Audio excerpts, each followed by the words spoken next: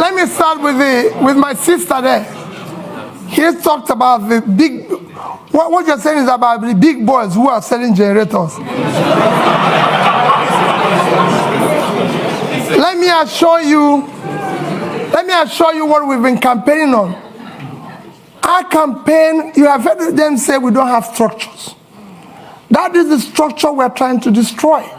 Structure of criminality. That is what I mentioned. That Nigeria is being held captive. That structure is structure that have impoverished Nigeria. We will dismantle it. It will not be there. I assure you of that.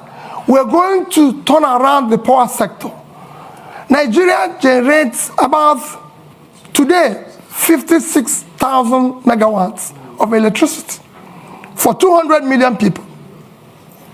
And South Africa, the second biggest in terms of economy in the continent. 5 to 6,000. 5 to 6,000, that's been 5 to 6,000, sorry. And South Africa, the second biggest economy, 60 million people, generates about 40 to 50,000.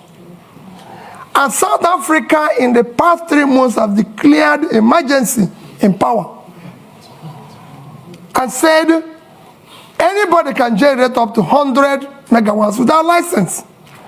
So somebody who is 60 million, generating about over 40,000, declared emergency.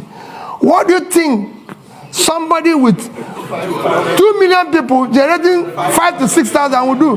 War. I'm going to declare war on power, and I'll solve it. Anybody who stands on the way, so be it. Bringing back foreign investor is very simple, Paul. Foreign investor is like bee and honey. All you need is to create honey.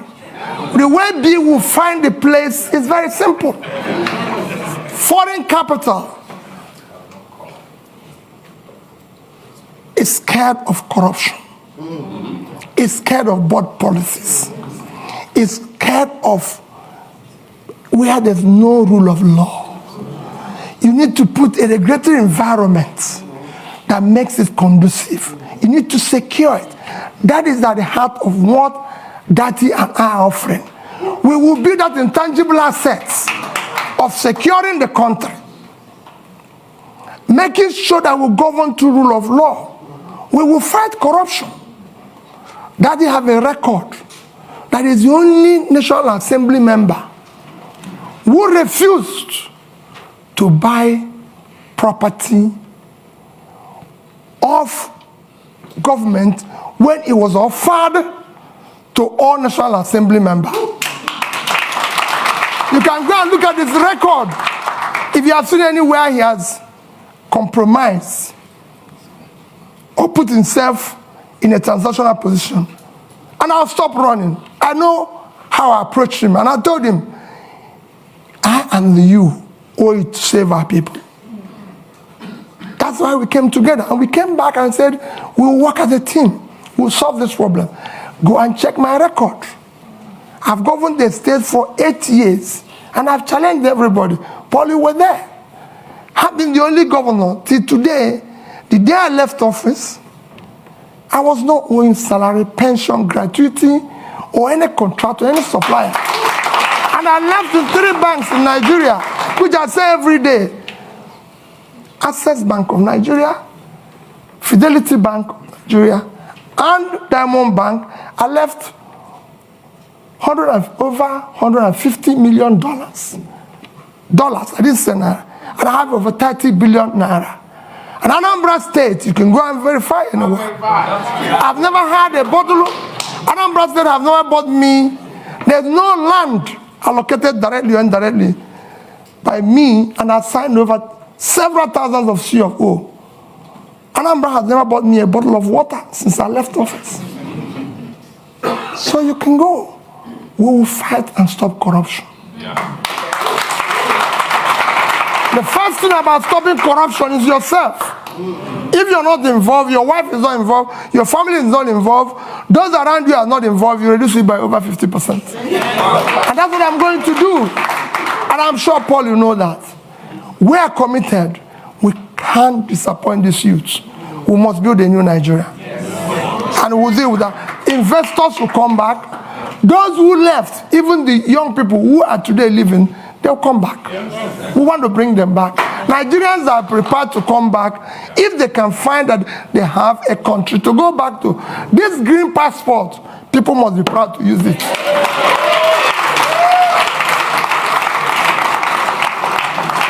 On issue of capital, where do you find money?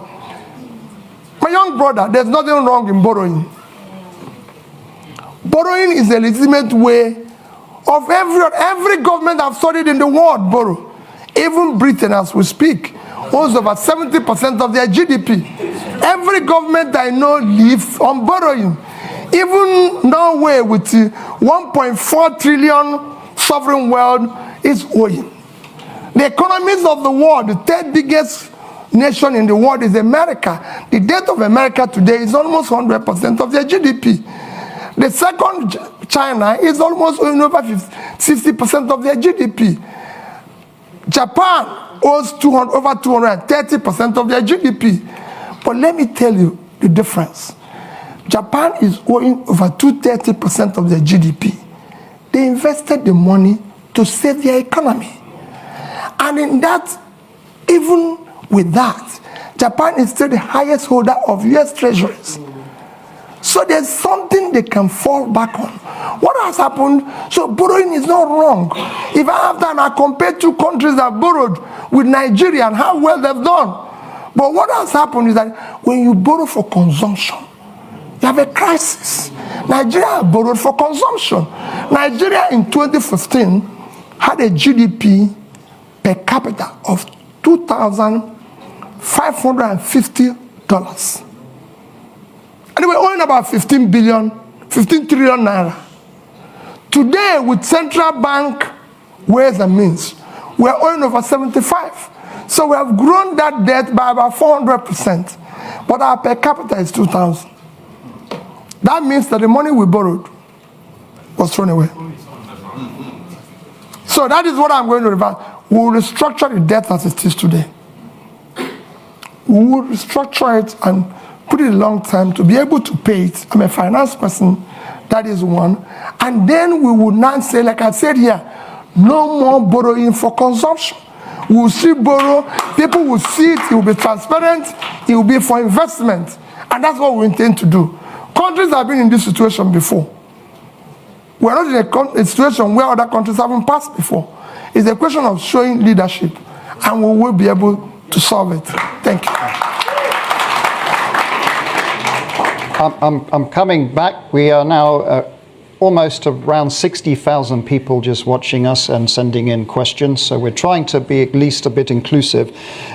We have a question from Debo Ademoyo, who is asking, what are your policy ideas on climate change? Do you have a plan for ensuring sustainability in a new government? So that's one question. Then there was a joint question from Miss Etty and Zindi Anthony Levy, and they're asking, insecurity is a major problem. What are your plans in tackling this? What are your plans in terms of security sector reform in Nigeria? I'm going to take two more physical questions in the room. The lady right in the front here. So I'm not going to discriminate with the front rows. Please, go ahead. Thank you. My name is Chi Chikwendo. I'm a practicing solicitor here, advocating, of course, for rule of law. Thank you so much, Your Excellency, for the inspiring exposition on your vision for policy change and institutional reforms.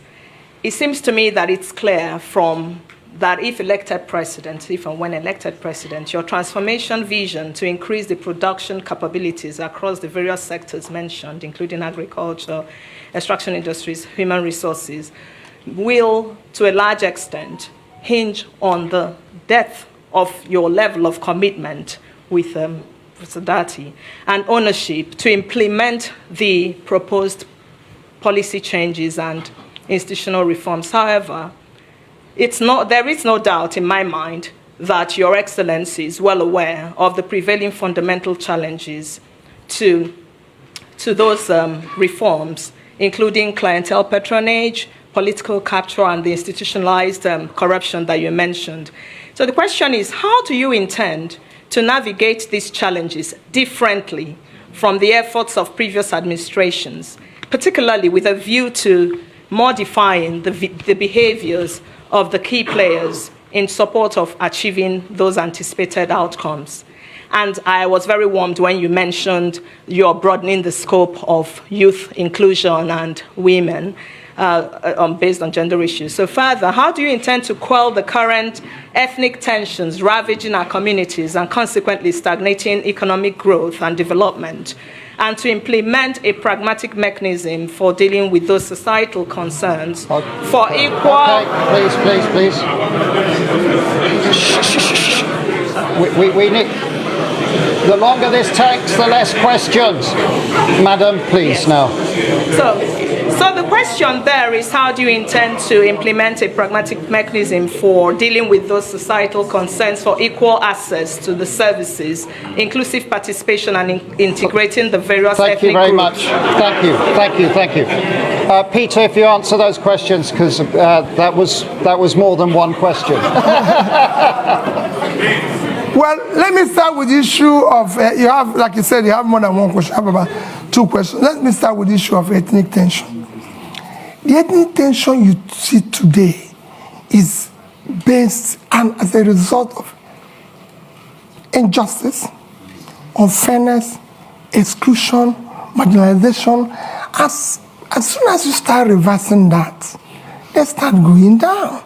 That is what I said to young man about agitation.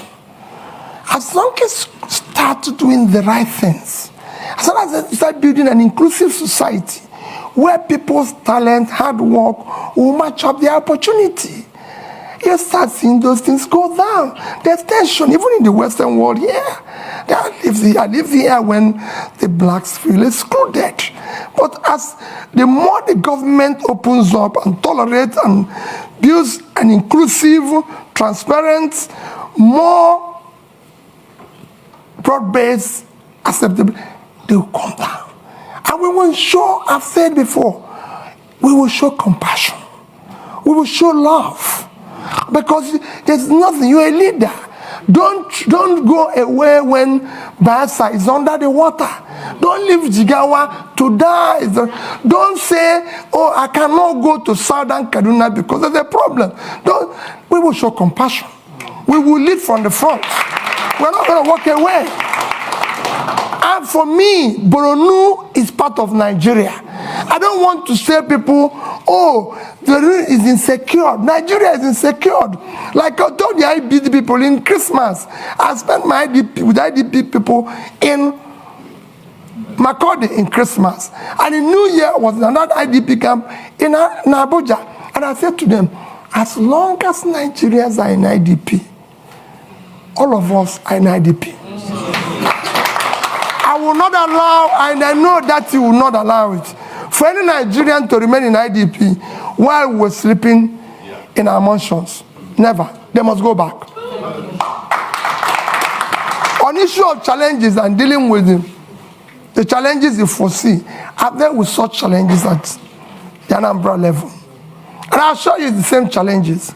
We're not going to, as long as you're not involved in this transnational governance, you can deal with anybody. And we're not going to compromise. We have an issue, I said, we're at an existential threat that we don't need to. There's nobody, there's no sacred cow.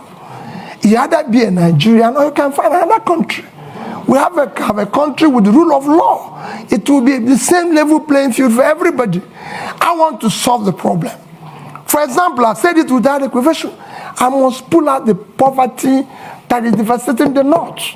The vast land in the north is far more in terms of assets and source of revenue generation and exports for Nigeria than the oil.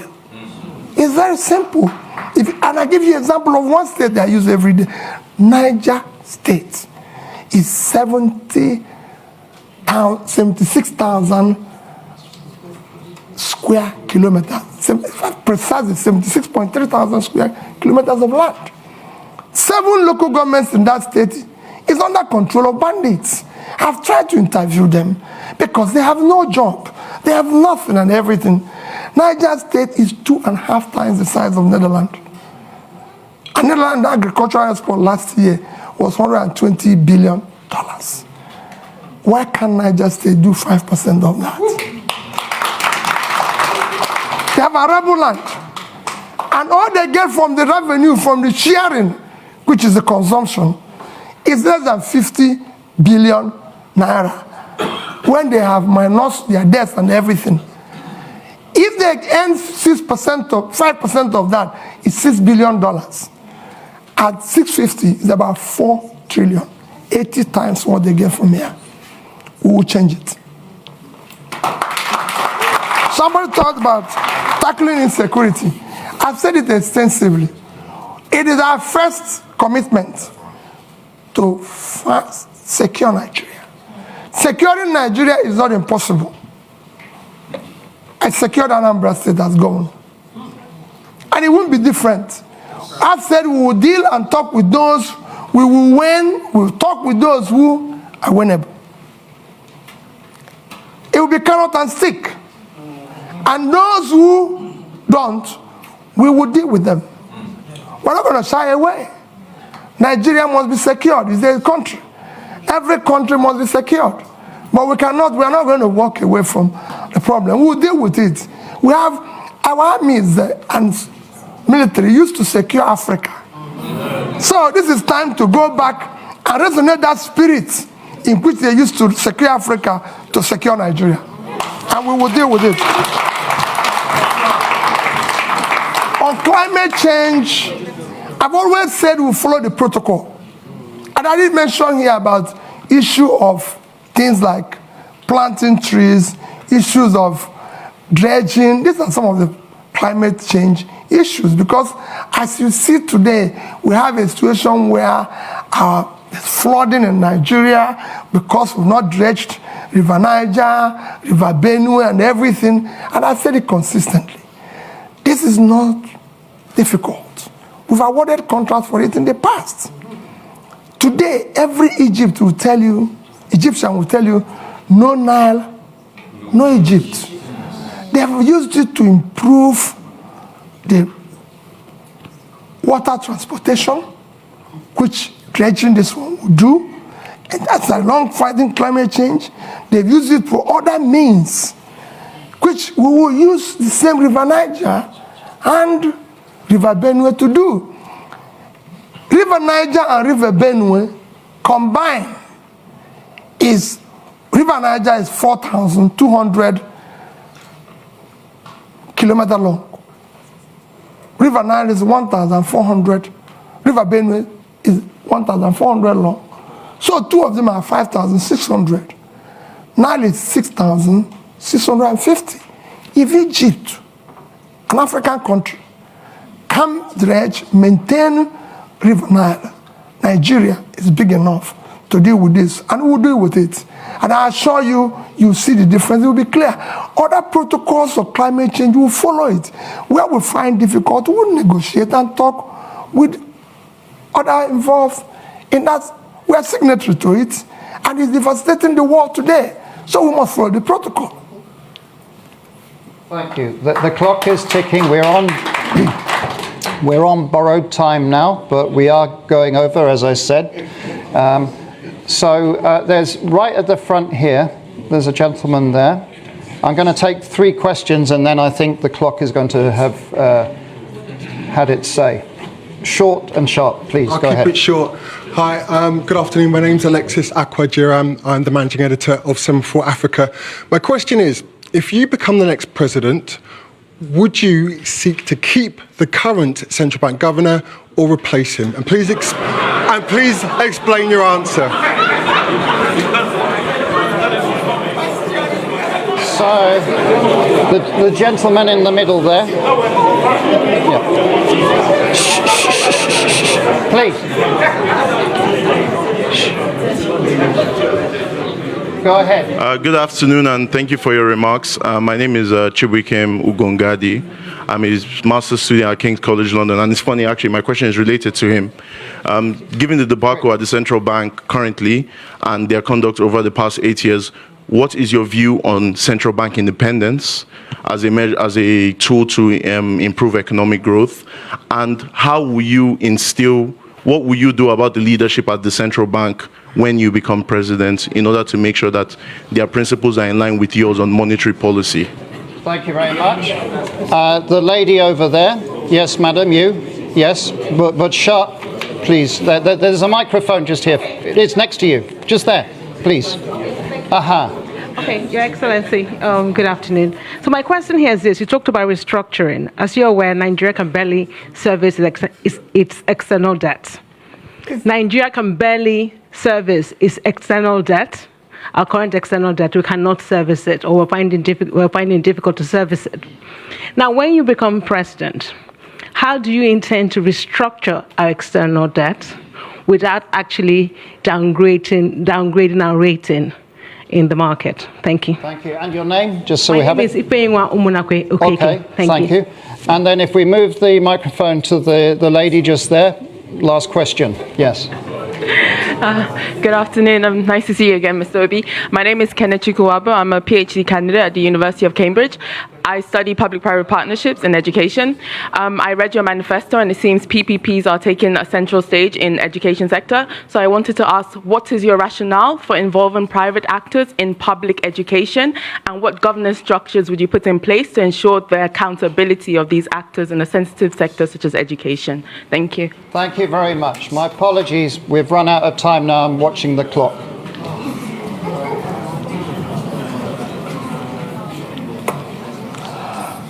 Okay.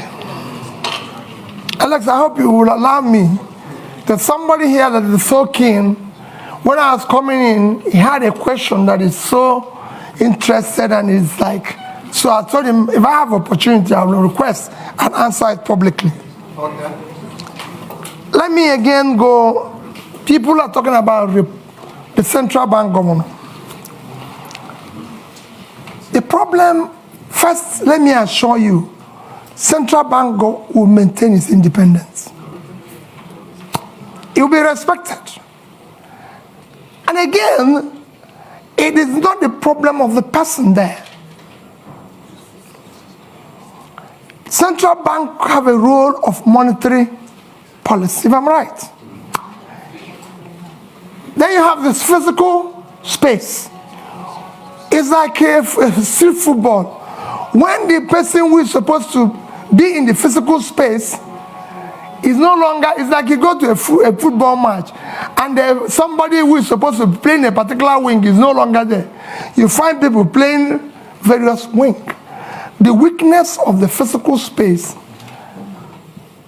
allows the monetary space to take over, and in supporting, because there's a weak governance structure, that is why we're able to do what we're doing. What is happening today is happening. So if you're replacing Godwin and putting somebody with that level of physical rascality, which is what is fueling our inflation and even our rate of exchange today, these are some of the things you need to cut. As long as the government continues on that fiscal rascality, that situation will occur. That's what you need to fix. I won't say what will happen. His term is actually coming to an end, so it won't be too long. So that's that. I assure you that we'll deal with that. You asked about PPP in education. I said you're in Cambridge. Is Cambridge run by British government? No, I just want to know, because I don't know. When we're talking about PPP in education, we're talking about tertiary education. We're not talking about basic education. We will ensure that basic education is free, and we will drive it aggressive, because we have 20 million out of school children in the north, which I've said we will deal with decisively, because those children mostly have learned Quran, which means they're intelligent. We'll meet them at the point of learning Quran and teach them skill. For the tertiary education, we must find a way to fund it in a collaborative way, public partnership, in order to be able to ensure that 4 years will be 4 years, not what is happening today. That's what we mean by that. And it will be, you'll see, it's a win-win situation. I study basics, so. That's it. No, not the basic. It won't be the basic. Then, issue of barely servicing our debts. We're not, I've said it before, we're not the only country that have gone through this. Once we move from consumption to production, what we're going to do first is that what you see today, we're inability to service our debts, is because of fiscal rascality.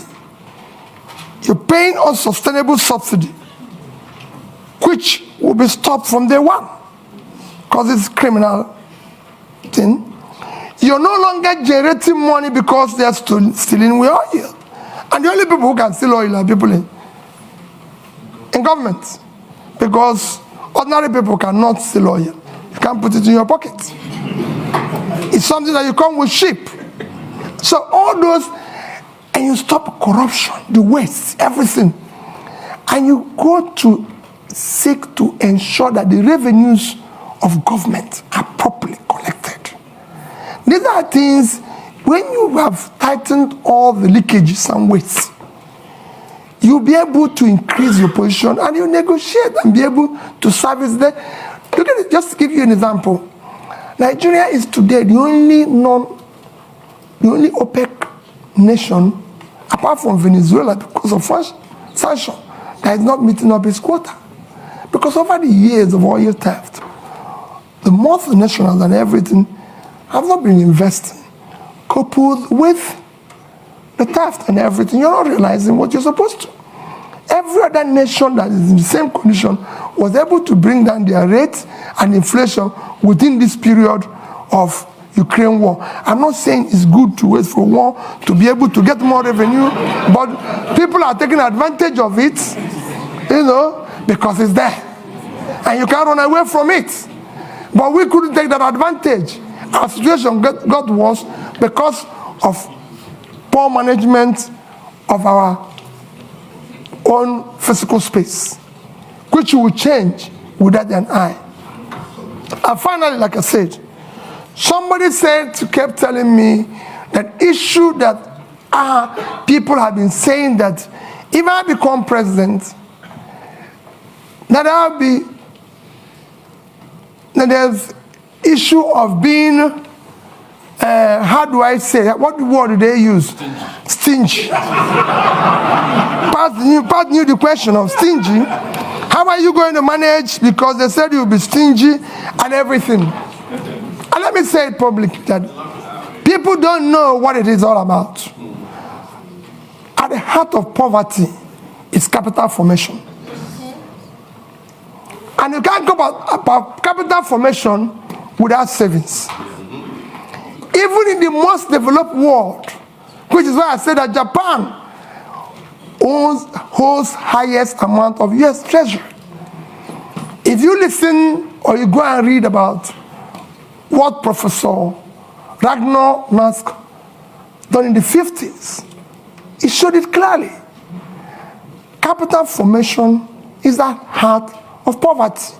Without capital formation, you have low productivity, low income, and you produce poverty all over the place. What I was doing as governor, I was the best governor in Millennium Development Goals by the UNDP. You can go and check that. It's there. I won a prize for the best road network. I won the Gay Prize back to back on health. You can go and see what I did in health. Build scratch, teaching hospitals and everything. Improved #1 in education.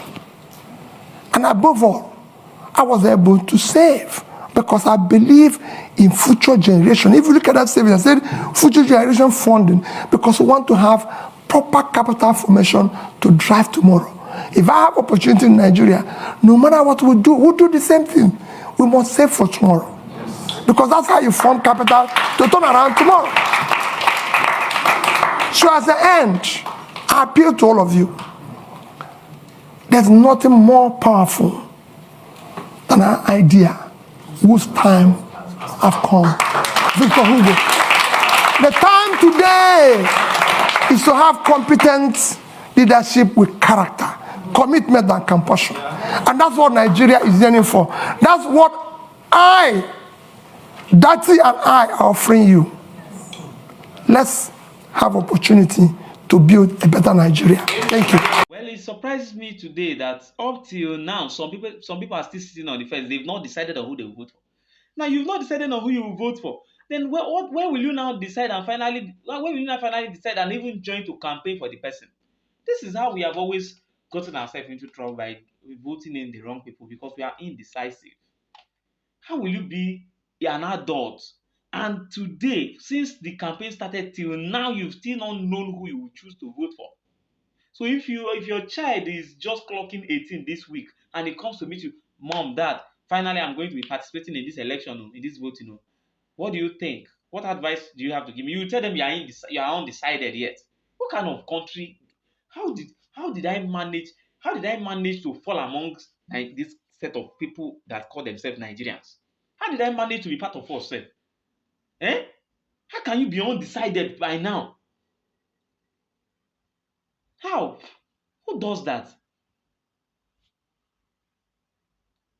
For how many months are they? So if can't you just pick can't you just pick the manifestos of these candidates and read and see which one you think is better? Then you make up your mind and you even make out time to talk to other people to campaign. We're talking about PVCs and the rest of that. It means you are not interested in the project. You are not. When it is time to protest, all of us will now come out and carry placard. Then that one now they decide to do very fast. Now that to protest, now they decide very very fast. But when we supposed to do the main thing, wey go fit make us no get to the point wey we say we need to protest, that time everybody go dey sit down on top fence. Na the place wey bullet dey, na there na we dey enjoy. Make we enter news say they use tear gas, scatter people comot. Oh God. I no know why God allow me come. I just still dey ask God why he really make me Nigerian. Belgium dey there, Denmark dey there, USA dey there, UK dey there. Why then Canada, Australia, why they carry me come Nigeria? I can't still no fall inside the country, the good part of the country. I can't still fall for the poor side of the country. You no see me put for Dangote family or $10 family. They make I be Davido or Adeleke them. Might be Davido senior brother. I senior the guy. But today now, say I fit follow and talk to anyhow. I fit talk to them anyhow. They no born me well. Today na Sabio. Me I don talk my own finish.